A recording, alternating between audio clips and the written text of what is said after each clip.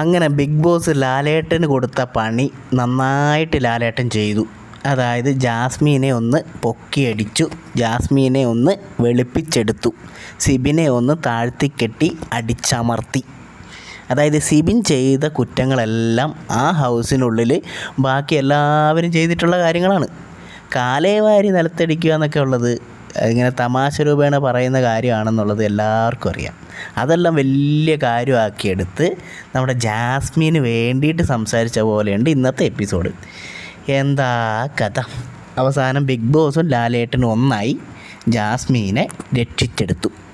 ഇനിയിപ്പോൾ ഇത് ബിഗ് ബോസിൻ്റെ കളിയാണോ എന്നും പറയാൻ പറ്റില്ല. കാരണം വെച്ചാൽ ജാസ്മിൻ ഇപ്പോൾ ഫുള്ള് നെഗറ്റീവാണല്ലോ.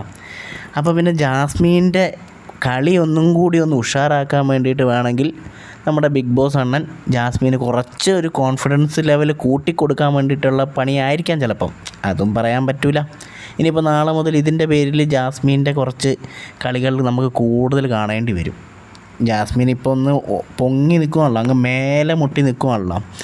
അപ്പോൾ ആ ഒരു മേലെ മുട്ടി നിൽക്കുന്ന സമയത്ത് ജാസ്മിൻ്റെ ഉള്ളിലുള്ള ആ ഒരു ഗെയിമർ പുറത്ത് ചാടും എന്ന് തന്നെ നമുക്ക് വേണം വിശ്വസിക്കാം. ഏതായാലും സിബിനെ ഇന്ന് എയറിലേക്ക് കയറ്റി വിട്ടിട്ടുണ്ട്.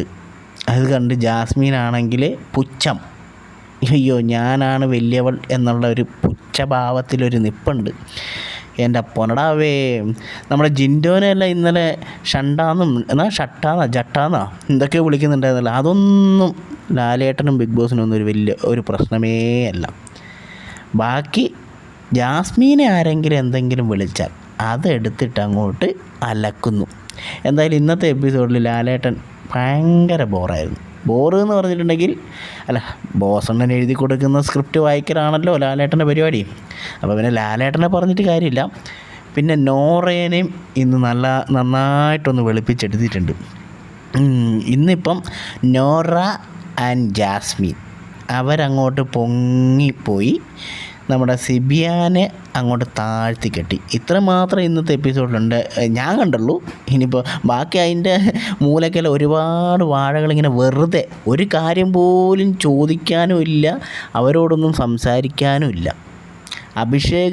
രണ്ട് അഭിഷേകുമാരുണ്ട്, അവരൊന്നും ഇന്ന് ഞാൻ കണ്ടിട്ട് പോലുമില്ല. നിങ്ങളാരെങ്കിലും കണ്ടിട്ടുണ്ടായിരുന്നോ?